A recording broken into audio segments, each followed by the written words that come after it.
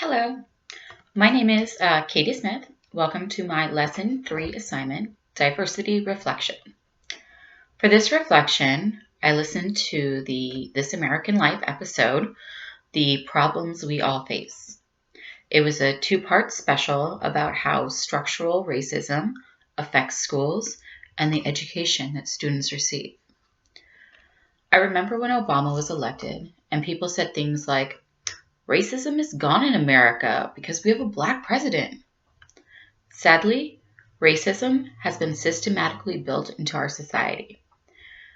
We hear towards the end of part 2 that we like to pretend equal schools is not a race issue. We haven't been able to integrate our communities very well. Yet we know integration is the way to raise performance rates of students. Nicole Hannah-Jones is an investigative reporter featured in part 1. Listening to part 1, I felt sad and frustrated with the division and hateful rhetoric coming from parents at Francis Howell, a school that was 85% white.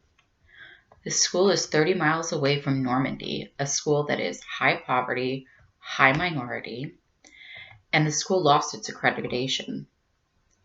Integration was forced onto these communities because students were able to transfer out of their failing district. The teachers and students were more open and inclusive to the incoming students. The Normandy district was inundated with cost associated with the implementation of the integration. Officials started working to block students from transferring to the neighboring schools. In the end, the students that integrated to Francis High did well and did not bring down the schools as the racist parents had suggested. Sadly, the students that were stuck at Normandy are still in a failing system. State officials see that integration did work, but are doing everything they can to prevent integrating the remaining Normandy students.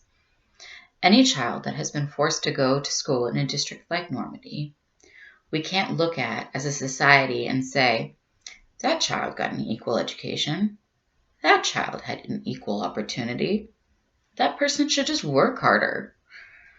John Britton is a civil rights lawyer that we met in part 2. He believes that the way to full integration is by getting people to choose it. So we are introduced to Hartford, where parents are making this choice. But it does come with its own challenges. Mainly, integration is not 100% complete, and they are reaching a point where opt-in integration rates are stalling. The schools in Hartford are mostly African American or Latino. The neighboring suburbs are primarily white. The communities themselves are segregated, and there lies the difficulty in integration. Hartford creates magnet schools to promote inclusion. We meet Enid, who works to market the magnet schools to white suburban parents aggressively. Enid has to get white families to choose integration. That's the most significant difference from the Normandy district that we heard about in part 1. The magnet schools are beautiful. They have access to new and exciting resources like a planetarium. Sadly, the magnet schools do not serve all of Hartford schools' students. Only some of the minority students get equal opportunities as white students that the schools were designed to attract. John Britton in the podcast presents an interesting idea that eventually white students will want a more diverse educational program. Sadly, that does not address the students that we are currently failing, nor help the ones that we already lost. We already killed their future.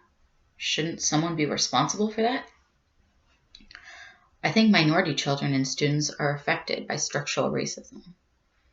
They know when they're being treated differently. I believe it is the job of white students and parents to be more aware of the privilege that exists. When white people pretend that their schools are equal and they block integration and inclusion, they condone structural racism, and that is racist. Children feel it, and they live it. As a future educator, I can share these podcasts and additional ones with fellow educators. I particularly enjoy Pod Save the People, which is a podcast by Crooked Media. It focuses on policy and race relations. Additionally, I think schools can create community justice forums where students can come together and discuss difficult topics like integration and race relations. People need to come together to make privilege and equality accessible.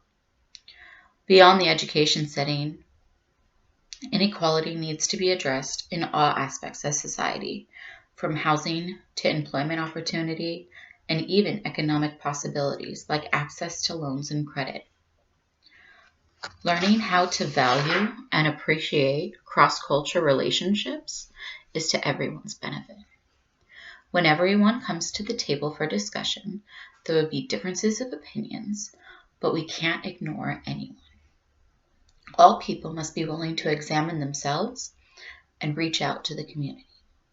Sadly, many people seem to want racial and cultural diversity up to a point. I believe that true inclusivity is still beyond us. I think this is because racism does exist, and some people will always choose to be racist. When looking up schools in my own district, I was actually surprised that the schools are more diverse than I assumed they would be. According to datausa.com, the ethnic composition of Simi Valley is 60.3% white. Arroyo Elementary is where my children go. It is a Title I school. This means that 60% of the students qualify for free or reduced lunches. And with that comes additional resources for teachers and for the whole school. Here, 65% of students are Hispanic. At Atherwood, my neighborhood elementary school, the rate of white students was 50%. There seemed to be a balance when I checked the high schools as well. Royal with 50% white students, and Simi High with 51% white students. Seeing that the density of white children is below the population rate, this leads me to believe that some white families are opting out and unfortunately segregating themselves to private school.